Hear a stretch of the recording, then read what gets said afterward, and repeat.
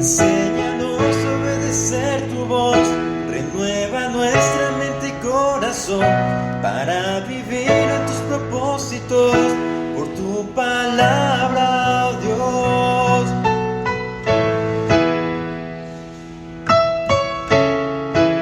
Infalible y poderosa, penetra el duro corazón, sobre todo prevalecerá. Su palabra es la verdad. Muy buenos días, Dios les bendiga.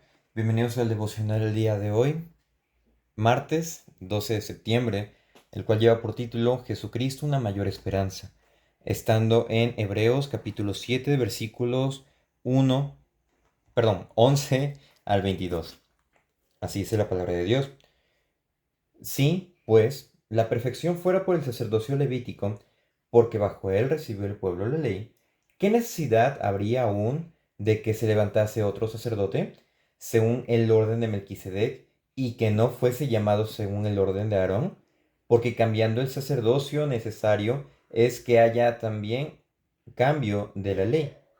Y aquel de quien se dice esto es de otra tribu, de la cual nadie sirvió el altar, porque manifiesto es que nuestro Señor vino de la tribu de Judá, de la cual nada habló Moisés tocante al sacerdocio, y esto es aún más manifiesto si a semejanza de Melquisedec se levanta un sacerdote distinto, no constituido conforme a la ley del mandamiento acerca de la descendencia, sino según el poder de la vida indestructible, pues se da testimonio de él. Tú eres sacerdote para siempre según el orden de Melquisedec. Queda, pues, abrogado el mandamiento anterior a causa de su debilidad e ineficacia.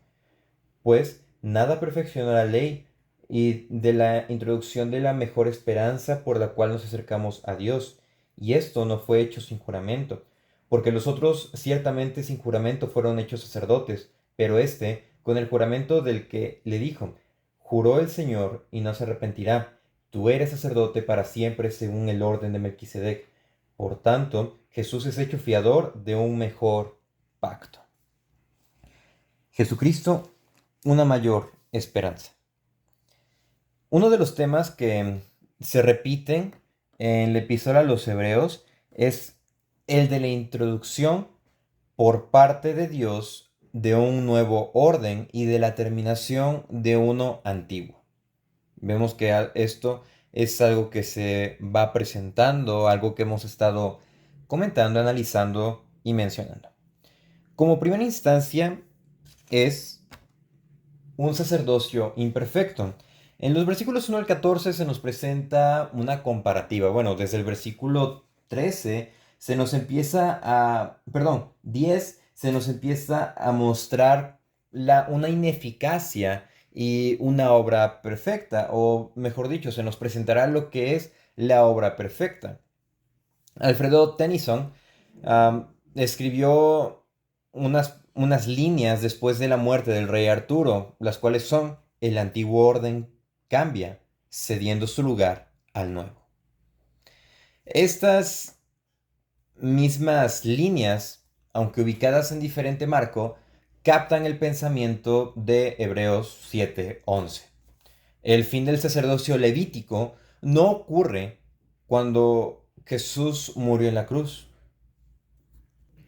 El orden arónico, o sea, que fue de sacerdote Aarón, llegó a su fin en la destrucción del templo en el año 70 después de Cristo. El nuevo orden, sin embargo, se inauguró por la muerte de Jesús y existió simultáneamente con el sacerdocio levítico hasta la destrucción del templo. Vemos que el sacerdocio arónico, que había servido a la nación de Israel desde el Éxodo, demostró ser un fracaso en cuanto a qué: no a hacer sacrificios, no a obedecer a Dios, sino en cuanto a alcanzar la salvación del pueblo de Dios, porque recordemos que por las obras de la ley nadie sería salvo, y nadie es salvo.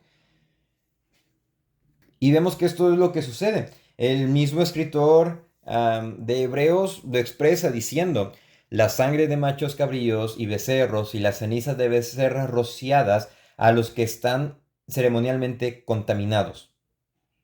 Vemos que esto no santifica al pueblo, nada más lo limpia por fuera. Y los sacerdotes no podían limpiar el alma del pecado. Vemos que el sacerdocio levítico fue establecido siglos después del de Melquisedec.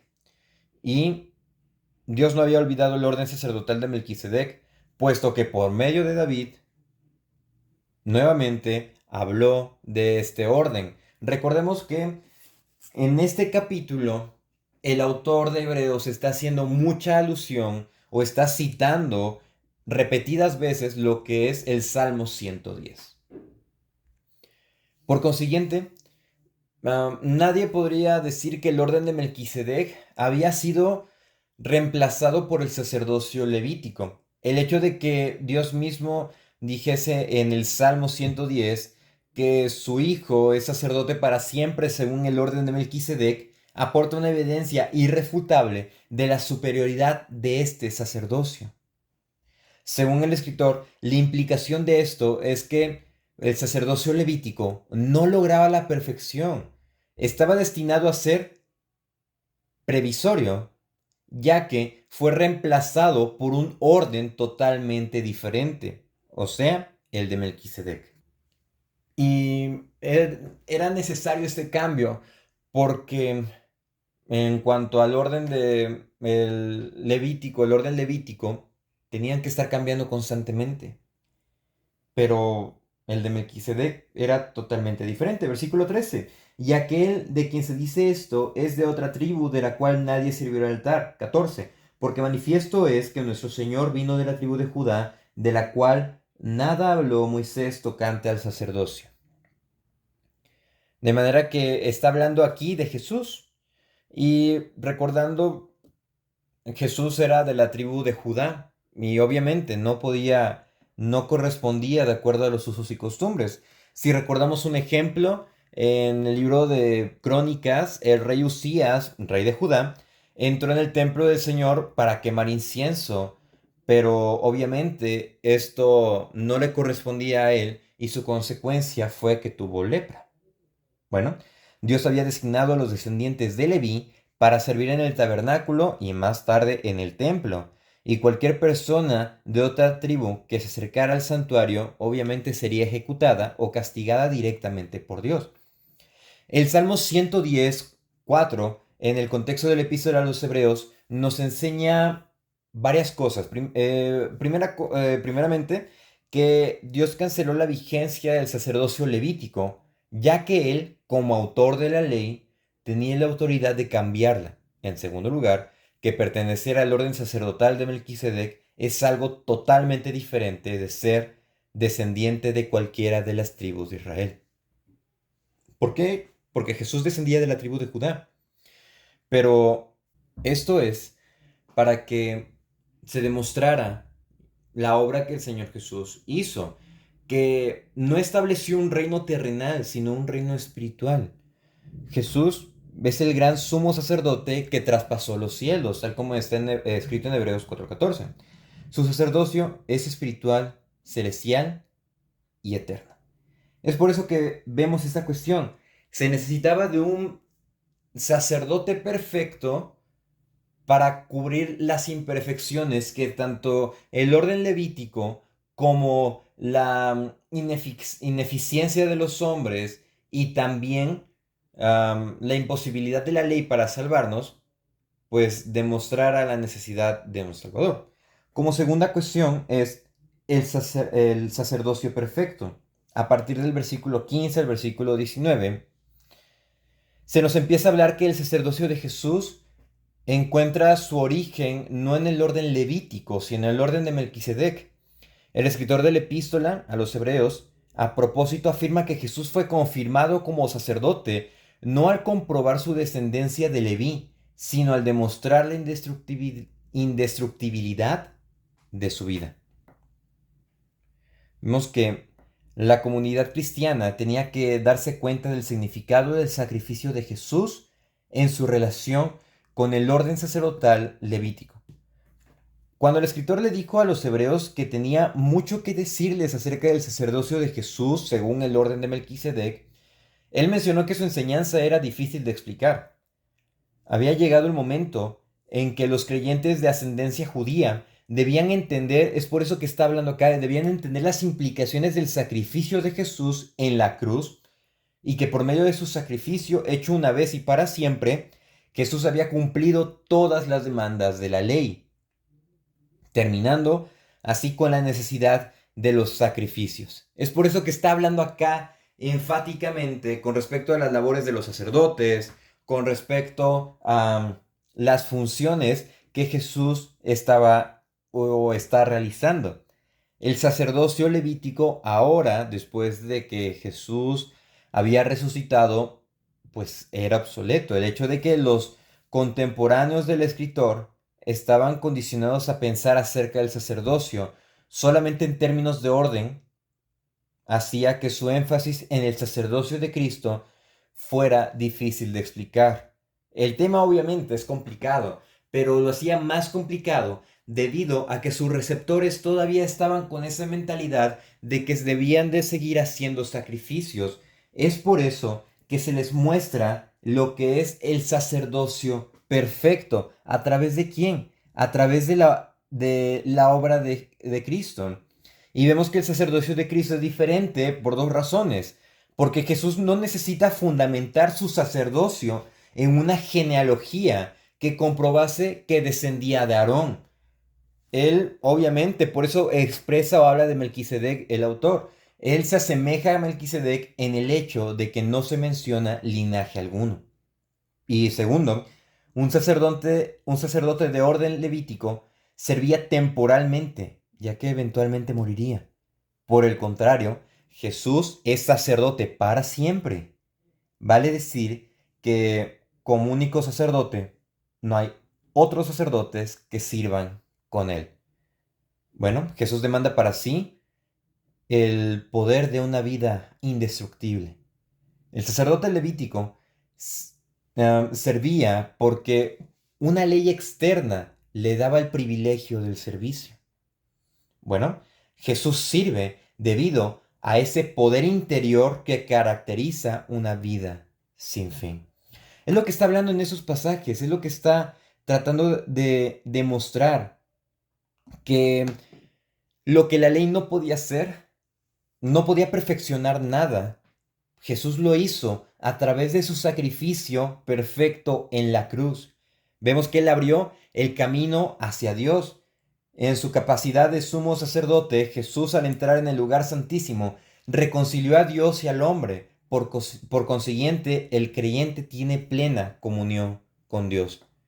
Es en estos pasajes en los que nosotros debemos de decir, wow, ¿maravillarnos de qué? Maravillarnos del plan perfecto de Dios, que está increíblemente elaborado, que a nosotros nos cuesta apreciar estas cuestiones, pero en las cuales se nos da esbozo de la soberanía y de la gran obra de Dios. Y como tercer y último punto es un mejor pacto. Estando ya en los versículos 20 al 22, el escritor lo que hace es enfatizar la absoluta confiabilidad de Dios en cuanto al pacto que había hecho con su pueblo. Dios ha designado a su Hijo no solo para ser fiador que representa al hombre ante Dios. No solamente eso, Jesús es además el fiador del creyente en cuanto a que todo lo que Dios ha prometido será cumplido. Todas las promesas que están en la Biblia, todo lo que está en la Biblia se va a cumplir y Jesús es el comprobante de que se va a cumplir todo esto. Es decir, ninguna de las promesas que Dios nos ha hecho puede ser nunca quebrantada, ya que Jesús nos da la seguridad de que su perfección será nuestra perfección, que nuestros cuerpos serán como su cuerpo glorioso y que su ascensión garantiza nuestra entrada al cielo. Y vemos que se menciona en en el versículo 22, por tanto, Jesús es hecho fiador de un mejor pacto. ¿Por qué es este pacto llamado mejor? Porque el antiguo pacto que Dios hizo con los israelitas en el monte Sinaí, Moisés actuó como mediador entre Dios y su pueblo. Pero Moisés nunca podría garantizar el pacto. A diferencia de Moisés, a diferencia de la ley, a diferencia de los levitas, a diferencia de los sacerdotes, el nuevo pacto de Jesús es a la vez mediador y fiador a causa de su obra expiatoria. Jesús garantiza la plenitud del pacto de Dios con nosotros. Es por eso que nosotros debemos apreciar en su totalidad la obra de Cristo. Saber que su obra es perfecta y que en Él está y que en Él va a ser consumada. Nosotros lo único que debemos de hacer es creer con fe y también seguir conociendo estos aspectos que nos hablan sobre el sacerdocio perfecto del Señor Jesús. Dios los bendiga. Cielo y tierra desvanecerá, tu palabra permanecerá. Cielo y tierra desvanecerá, tu palabra permanecerá. Enseña